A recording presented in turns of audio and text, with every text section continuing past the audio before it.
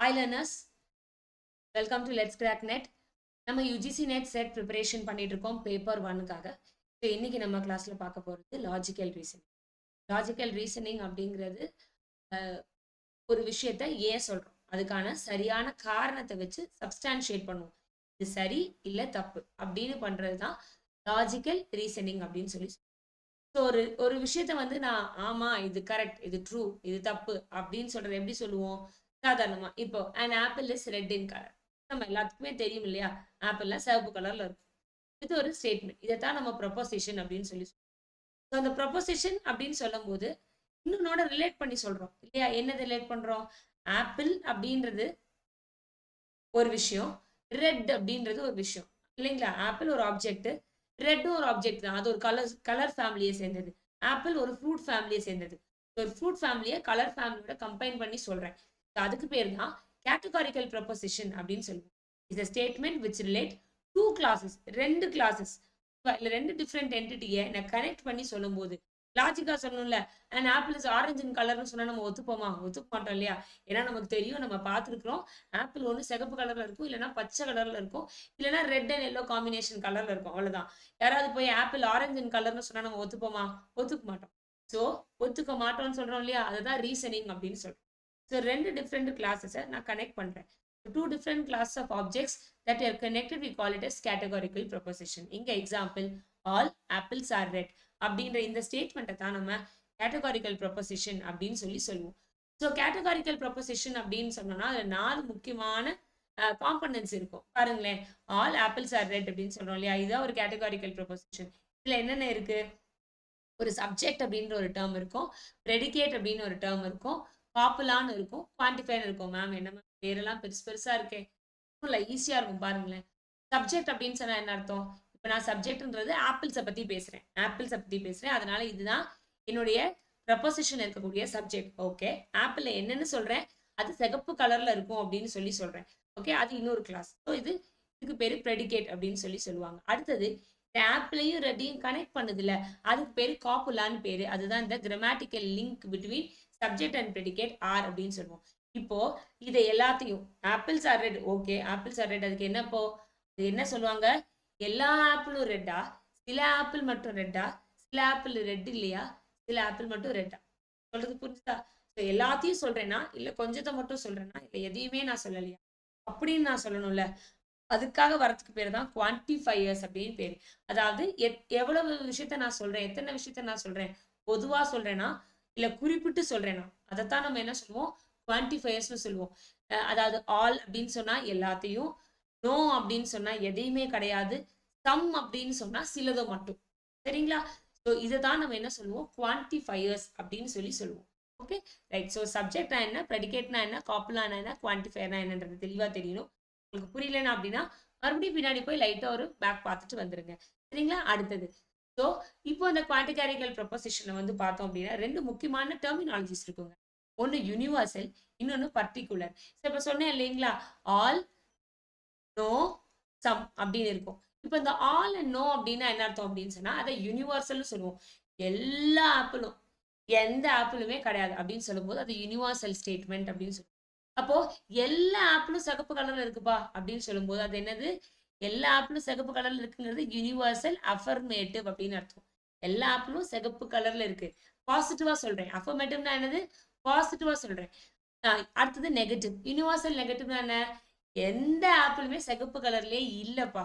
அப்போ எந்த ஆப்பிளுமே சிகப்பு கலர்ல இல்ல. அது என்ன சொல்லுவோம்? யூனிவர்சல் நெகட்டிவ் சொல்லுவோம். ஸோ ஆல் ஆப்பிள்ஸ் ஆர் குட்னா அது universal affirmative statement. No apple is red அப்படின்னு சொன்னா அது யூனிவர்சல் நெகட்டிவ் ஸ்டேட். சரிங்களா? அடுத்தது, சில ஆப்பிள் தான்ப்பா சிகப்பு கலர்ல இருக்கு அப்படின்னு சொன்னா அத பர்டிகுலர் ஸ்டேட்மெண்ட் சொல்லுவோம். சில ஆப்பிள் தான் ரெட் அப்படின்றத பர்டிகுலர் ஸ்டேட்மெண்ட் அப்படின்னு சொல்லி சொல்லுவோம். சரிங்களா? இது அதுக்கான சின்ன எக்ஸாம்பிள் கொடுத்துருக்கேன், ஜஸ்ட் நோட் பண்ணிக்கங்க. இப்போ இதுல அங்கேருந்து லைட்டா மூவ் ஆக போறோம். ப்ரொபோசிஷன் என்னன்னு சொல்லியாச்சு, கேட்டகரிக்கல் ப்ரொபோசிஷன் என்னன்னு சொல்லியாச்சு. இப்போ அங்கேருந்து நகர்ந்து அடுத்த ஒரு கான்செப்ட் வரப்போறோம், அதான் ஸ்கொயர் ஆஃப் அப்போசிஷன். இந்த ஸ்கொயர் ஆஃப் அப்போசிஷனுக்கு இந்த கேட்டகரிக்கல் ப்ரொபோசிஷன் எத்தனை வகைகளா இருக்கு, எத்தனை டைப்ஸா இருக்குன்னு எனக்கு தெரியணும். ஸோ நமக்கு மொத்தம் 4 டைப் ஆஃப் கேட்டகரிக்கல் ப்ரொபோசிஷன் இருக்கு. சரிங்களா? இந்த கிளாஸ் பேசிக்கா லாஜிக்கல் ரீசனிங்னா என்ன அப்படின்னு தெரியாதவங்களுக்கு இது ரொம்ப யூஸ்ஃபுல்லா இருக்கும். கனெக்ட் ஆகிருங்க.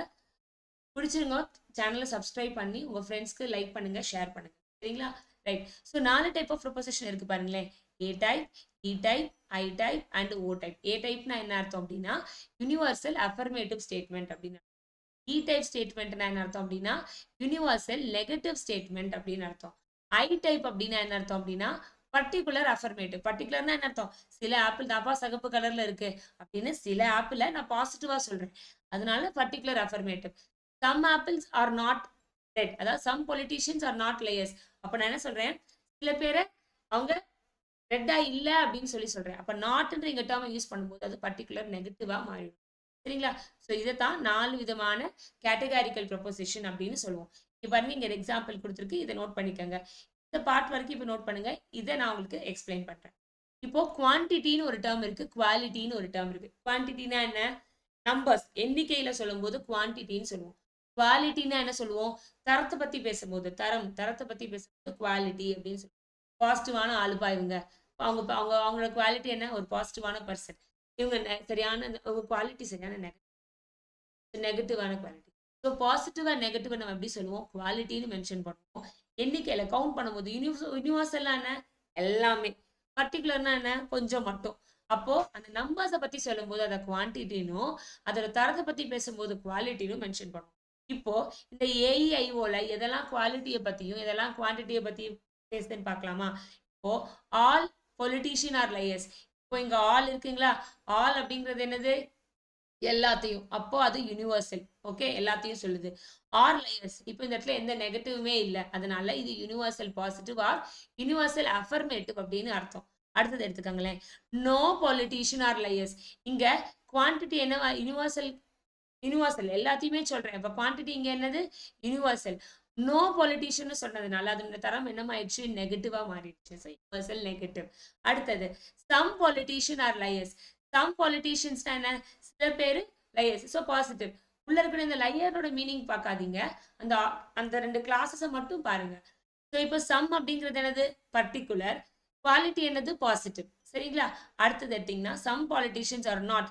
ஸோ நாட் வந்ததுனால இது என்னவா மாறிடுச்சு? நெகட்டிவா மாறிடுச்சு. ஸோ இது பர்டிகுலர் நெகட்டிவ். ஸோ இப்படிதான் ஏஇஐஓ ஸ்டேட்மெண்ட் ப்ரொபோசிஷன்னா என்ன, அது ஒன்னொன்னுக்கு என்னென்ன பேர். இப்போ ஏ டைப்னா யூனிவர்சல் அஃபர்மேட்டிவ், இ டைப்னா யூனிவர்சல் நெகட்டிவ், ஐ டைப்னா பர்டிகுலர் அஃபர்மேட்டிவ், ஓ டைப்னா பர்டிகுலர் நெகட்டிவ் அப்படின்னு நம்ம கேட்டகரைஸ்.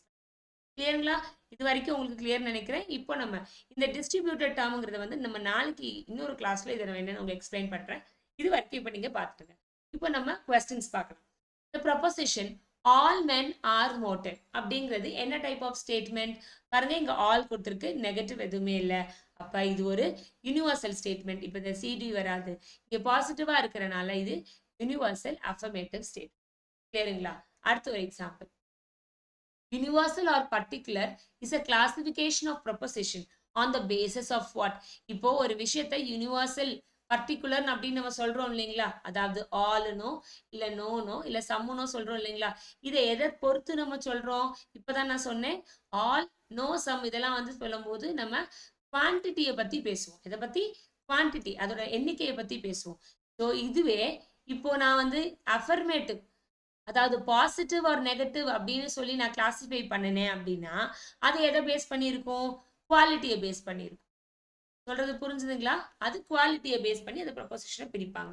ஸோ இதுதான் basic understanding about categorical proposition. ஏன்னா இதை தெரிஞ்சா தான் உங்களால ஸ்கொயர் ஆஃப் ப்ரொபோசிஷன் உங்களால செய்ய முடியும். அதுக்காக தான் இந்த சின்ன பேசிக் இது நான் கொடுத்தேன். இப்போ ஸ்கொயர் ஆஃப் ப்ரொபோசிஷன்ல என்னென்ன இருக்கு மேம்? இந்த ஏஐஓ, இந்த டிராயிங் கண்டிப்பா ஞாபகம் வச்சுக்கணுங்க, ரொம்ப சிம்பிள். ஏஇஐஓ ஞாபகம் வச்சுக்கோங்க, எப்படி எழுதணும். ஏஇஐஓ இதனால நீங்க இங்க எழுதி கிளாஸ் சைட்ல all apples are red, no apple is red, some apples are red, apples are not red அப்படின்னு நீங்க பிரிச்சு எடுத்துக்கோ. அப்படின்னு பிரிச்சுக்கோ. இப்படி எழுதிட்டு நடுவில் இருக்கக்கூடிய 2 ஸ்டேட்மெண்ட்டுக்கு பேர் கான்ட்ரடிக்டரி அப்படின்னு பேர். ஏயும் கனெக்ட் பண்ணும்போது வரக்கூடியது கான்ட்ரரின்னு பேர். ஐயும் கனெக்ட் பண்ணும்போது சப் கான்ட்ரரி. இந்த 2 பக்கமும் கனெக்ட் ஆகும்போது சப்பால்டர். நம்ம இது என்ன மேம்? இப்போ ஈஸியா புரிஞ்சுக்கலாம். ஃபர்ஸ்ட் கான்ட்ரடிக்டரி என்ன, இங்க சொல்றது இந்த பக்கம் இருக்கிறதுக்கு முரணா இருக்கும். இது முரணா இருக்கும். பாத்தீங்கன்னாலே தெரியும். இப்ப இந்த ரெண்டு ப்ரொபோசிஷன்ஸ், அதாவது ஆல் ஆப்பிள்ஸ் ஆர் ரெட்னு சொல்றேன் இல்லைங்களா, எல்லா ஆப்பிளும் எப்படி இருக்கும், ஆர் ரெட் இன் கலர் அப்படின்னு சொல்றேன். இங்க என்ன சொல்றேன், சம் ஆப்பிள்ஸ் ஆர் நாட் ரெட்னு சொல்றேன். சொல்லும் போது முரண் தானே. இங்க எல்லா ஆப்பிளுமே ரெட்னு சொல்றேன், இங்க திடீர்னு நான் என்ன சொல்றேன், சில ஆப்பிள் ரெட் கலர்ல இல்லப்பா அப்படின்னு சொல்லும்போது ஒண்ணுக்கு ஒண்ணு முரணாகுது இல்லைங்களா, அதைத்தான் நம்ம இங்க கான்ட்ரடிக்டரின்னு சொல்லுவோம். அப்போ ரெண்டுமே ஒரே சமயத்துல என்னவா இருக்காது, ஒண்ணு ட்ரூவா இருந்தா கட்டாயமா இன்னொன்னு என்னவா தான் இருக்கும், ஃபால்ஸா தான் இருக்கும்.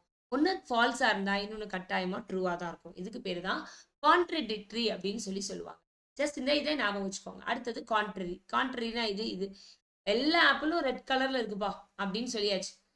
இன்னொரு ஸ்டேட்மெண்ட் சேர்த்து சொல்றேன், எந்த ஆப்பிளுமே ரெட் கலர்ல இல்லப்பா அப்படின்னா, இப்பதானப்பா சொன்னேன் எல்லா ஆப்பிளும் ரெட் கலர்ல இருக்குன்னு சொல்லிட்டு, இப்ப என்ன இன்னும் எந்த ஆப்பிளுமே ரெட்ல இல்லைன்னு சொல்ற அப்படின்னு சொல்லும்போது, இது ட்ரூவா இருந்துச்சுன்னு வச்சுக்கோங்களேன், இது கட்டாயமா என்னவா தான் இருக்கும், ஃபால்ஸா தான் இருக்கும்.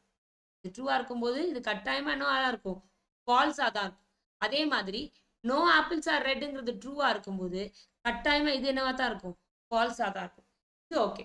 ஓகே, இப்படி இருந்தா மற்ற ரெண்டு எக்ஸ்பிளனேஷன் வந்து நம்ம அடுத்தடுத்த ஃபிகர்ஸ்ல பார்க்கலாம். முதல்ல இது ரெண்டு மட்டும் எங்களுக்கு தெரிஞ்சுக்கிட்டா போதும். ஃபால்ஸ் ட்ரூ மட்டும்.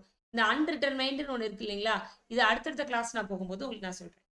ஸோ ட்ரூ ஃபால்ஸ் அப்படின்னு சொல்லியாச்சு. இப்போ இது ட்ரூவா இருந்தா இது ஃபால்ஸா இருக்கும், இது ட்ரூவா இருந்தா இது ஃபால்ஸா இருக்கும். ஓகே, ஸோ இப்போ என்ன ஆகும், ரெண்டுமே ஒரே சமயத்துல ட்ரூவா இருக்காது, ரெண்டுமே ஒரே சமயத்துல ட்ரூவா இருக்காது.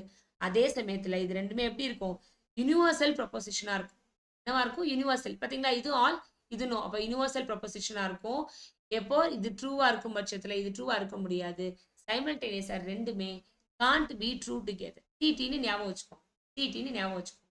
அடுத்தது சப்கான்ட்ரரி. அப்படியே அதுக்கு கீழே வந்தீங்கன்னா இது ரெண்டுமே என்ன சொல்றோம், பர்டிகுலர் ப்ரொபோசிஷன் சொல்றோம். ஏன், இது சம், இது சம் நாட். அப்ப பர்டிகுலர் ப்ரொபோசிஷன்ல ரெண்டுமே என்னவா இருக்க முடியாது, ஒரே சமயத்துல ஃபால்ஸா இருக்க முடியாது, ஒரே சமயத்துல ஃபால்ஸா இருக்க முடியாது. இது ஒரே சமயத்துல ட்ரூவா இருக்க முடியாது, இது ஒரே சமயத்துல ஃபால்ஸா இருக்க முடியாது. இந்த எக்ஸாம்பிள் வச்சு நீங்களே யோசிச்சு பாருங்களேன். Some apples are red, some apples are not red அப்படின்னு சொல்லும்போது இது ஃபால்ஸா இருக்கும் பட்சத்துல இது என்னவா இருக்க முடியும், ட்ரூவா இருக்க முடியும். இது ஃபால்ஸா இருக்கும் பட்சத்துல இது ட்ரூவா இருக்க முடியும். ரெண்டுமே ஒரே சமயத்துல என்னவா இருக்க முடியாது, ஃபால்ஸா இருக்க முடியாது. அதுதான் சப்கான்ட்ரரி அப்படின்னு சொல்லுவோம். அடுத்தது சப்பால்டன். சப்பால்டன்னா இங்க மேல இருந்து கீழே வரும்போது இது ட்ரூவா இருந்துச்சுன்னா இதுவும் ட்ரூவா இருக்கும். அதே மாதிரி இங்க இது ட்ரூவா இருந்ததுன்னா இதுவும் ட்ரூவா இருக்கும். ஆனா கீழ இருந்து மேல போகும்போது என்னால சரியா சொல்ல முடியாது. ஓகேவா, ஃபர்ஸ்ட் இந்த மேல இருந்து கீழே இருக்கிறது மட்டும் ஞாபகம் வச்சுக்கோங்க. ஆல் ஆப்பிள்ஸ் ஆர் ரெட் அப்படிங்கிறது சரி அப்படிங்கும்போது கீழே சம் ஆப்பிள்ஸ் ஆர் ரெட்ங்கிறது என்னவா தான் இருக்கும், கண்டிப்பா சரியா இருக்கும். இது வரைக்கும் ஞாபகம் வச்சுக்கோங்க. இதுதான் பேசிக் அண்டர்ஸ்டாண்டிங். இது புரிஞ்சிருச்சு அப்படின்னா அதுக்கப்புறம் அதோட இன்னர் டீடைல் நமக்கு ஈஸியா புரிய ஆரம்பிச்சிடும். ஸோ கான்ட்ரடிக்டரி, கான்ட்ரரி, சப்கான்ட்ரரி அண்ட் சப்பால்டன், இது 4 டிஃப்ரெண்ட் டைப்ஸ் ஆஃப் அந்த ப்ரொபோசிஷன்ஸ், ஸ்கொயர் ஆஃப் ப்ரொபோசிஷன்ல யூஸ் பண்ணக்கூடிய டேர்ம்ஸ். ஓகே, இப்போ ஒரு சின்ன சின்ன கொஸ்டின்ஸ் பார்க்கலாம். which of the following statements are contradictory to each other? இப்போ 4 ஸ்டேட்மெண்ட் கொடுத்துருக்காங்க. நீங்க பாருங்களேன், இது ஒரு இ டைப் ஸ்டேட்மெண்ட், ஒரு ஐ டைப் ஸ்டேட்மெண்ட், ஒரு ஓ டைப் ஸ்டேட்மெண்ட், இது ஒரு ஐ டைப் ஸ்டேட்மெண்ட். இந்த மாதிரி கொஸ்டின் கொடுத்தா முதல்ல இந்த டிராயிங்கை வரைஞ்சுக்கணும். ஏஇஐஓ. கான்ட்ரடிக்டரி என்ன சொல்லியிருக்கேன், இப்படி ரெண்டு இருக்குல்ல, இது ரெண்டுமே கான்ட்ரடிக்டரி தான். அந்த காம்பினேஷன் இருக்கான்னு பாருங்க ஆப்ஷன்ல. All apples are, all plants are fungi. Okay, அப்போ ஓ என்னது, some plants are not fungi இருக்கா, இருக்கு. இது ஆப்ஷன்ல இருக்கான்னு பார்த்தா ஏ அண்ட் சி ஆப்ஷன்ல இல்ல. அப்பனா கண்டிப்பா இந்த ஆப்ஷன் தான் இருக்கும். என்னது, ஐ ஆப்ஷன் என்னன்னா சம் பிளான்ஸ் ஆர் ஃபங்கை. ஆமா, டி இருக்கு. அப்போ அதுக்கு C. some plants are not fungi. இப்போ சி அண்ட் டி இருக்கா, எஸ் இருக்கு.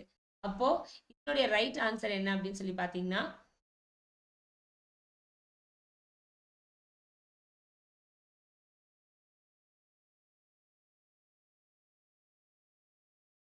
contradictory, all plants are fungi, இடத்துல some plants are not fungi. A and C வரும், ஆனா ஏ அண்ட் சி ஆப்ஷன் இங்க இல்ல. ஸோ அதனால அதை எலிமினேட் பண்ணிருங்க. அடுத்தது சம் பிளான்ஸ் ஆர் ஃபங்கை. ஆமா இருக்கு. அங்க இங்க no plants are fungi. No plants are fungi தானே, இது நோ தானே, இது சம் இது நோ. ஸோ சம்மும் நோவும் இருக்கான்னு பார்த்தா பியும் டியும் இருக்கு. ஓகேயா, ஸோ அப்போ பியும் டியும் தான் இதுக்கு கரெக்டான ஆப்ஷன். சொல்றது புரிஞ்சுதா, பி என்னது, நோ பிளான்ஸ் ஆர் ஃபங்கை, அதாவது ஒரு இ டைப் ஸ்டேட்மெண்ட். அடுத்து ஐ டைப் ஸ்டேட்மெண்ட் என்னது, some plants are fungi. So இது எங்க இருக்கு அப்படின்னு பார்த்தீங்கன்னா ஆப்ஷன் ஏ. தெரிஞ்சு, அதாவது கரெக்டான ஆன்சர். அடுத்து அதே மாதிரியான கொஸ்டின் நீங்க ட்ரை பண்ணுங்க பார்க்கலாம். கான்ட்ரடிக்டரி அதே டயக்ராமை வச்சுக்கோங்க. AEIO இந்த டயக்ராமை வச்சுக்கோங்க. ஒன்று இதை செக் பண்ணுங்க, இல்லைனா இந்த ஸ்டேட்மெண்ட் செக் பண்ணுங்க. இருந்ததுன்னா அந்த ஆப்ஷனை செலக்ட் பண்ணிடணும். இப்போ ஏ என்னது? All birds are apes. Okay. Some birds are not apes. அப்போ ஏடி இருக்கா அப்படின்னு பார்த்தா இல்லை. அப்போனா ஆப்வியஸாக இதுக்கு தான் நம்ம போய் ஆகணும். Some birds are apes, no bird is ape. Some birds are apes இருக்கு, நோ பேர்ட்ஸ் ஆர் ஏப்ஸ் இருக்கு. அப்போ ஆப்ஷன் என்னவா இருக்கும்? பிஎன்சி தான் அதுக்கு கரெக்டான ஆப்ஷன். சரிங்களா? Very good. ஸோ இந்த மாதிரி நம்ம பிஒய்க்யூஸ் நம்ம ஒர்க் அவுட் பண்ணி பார்க்கணும். நெட் எக்ஸாமினேஷனுக்கு ப்ரிப்பேர் ஆகணும், செட் எக்ஸாமுக்கு ப்ரிப்பேர் ஆகணும் அப்படின்னா நீங்கள் என் கூட unifiedstudy.comல இது எல்லாமே பண்ணலாம். பிஒய்க்யூஸ் இப்போ பார்த்துட்டு இருக்கோம். டிசம்பர் 20 பிஒய்க்யூஸ் பார்த்துட்டு இருக்கோம். unifiedstudy.com வெப்சைட் வாங்க. அந்த இடத்துல complete course on UGC NET paper 1ன்னு இருக்கும். இதில் பார்த்தீங்க அப்படின்னா இதில் ஃபீஸ் டீட்டெயில்ஸ் எல்லாமே இதில் இருக்குது. இங்கே நம்ம எல்லாமே எதில் பண்ணுறோம் அப்படின்னு பார்த்தீங்கன்னா இங்கிலீஷில் தான் பண்ணுறோம். நீங்கள் ஜஸ்ட் வந்து அட்டென்ட் பண்ணி பாருங்கள். உங்களால் என்னோட இங்கிலீஷ் கிளாஸ் பண்ண முடியுதா அப்படின்னு சொல்லிட்டு கண்டிப்பாக உங்களால் ஃபாலோ பண்ண முடியும். ஸோ இந்த 1200 rupees சூப்பர் 20 அப்படின்னு ஒரு கூப்பன் கோட் அப்ளை பண்ணீங்க அப்படின்னா 1200 rupeesக்கு உங்களால் ஃபுல் கம்ப்ளீட் கோர்ஸ், பழைய கோர்ஸோட ரெக்கார்டிங் இருக்கும், அதனோட பிடிஎஃப்ஸ் இருக்கும். அது தவிர உங்களோட மார்க் டெஸ்ட்டையும் நீங்கள் எடுத்துக்க முடியும். இல்லை எனக்கு மார்க் டெஸ்ட் மட்டும் போதுங்க, டெஸ்ட் மட்டும் ப்ராக்டிஸ் பண்ணி பார்க்கணும் அப்படின்னா இங்கே பெய்டு மார்க் டெஸ்ட்னு ஒரு ஃபோல்டர் இருக்கும். அதுக்குள்ள 299க்கு நீங்கள் பெய்டு மார்க் டெஸ்ட் மட்டும் எடுத்துக்கலாம். இதில் ஃபுல் லென்த் பிஒய்க்யூஸ் இருக்கும். இதுக்கப்புறம் யூனிட் வைஸ் டெஸ்ட் இருக்கும். அதுக்கப்புறம் டேட்டா இன்டர்பிரிட்டேஷன்ஸ் மெயினாக அதில் இருக்கும்.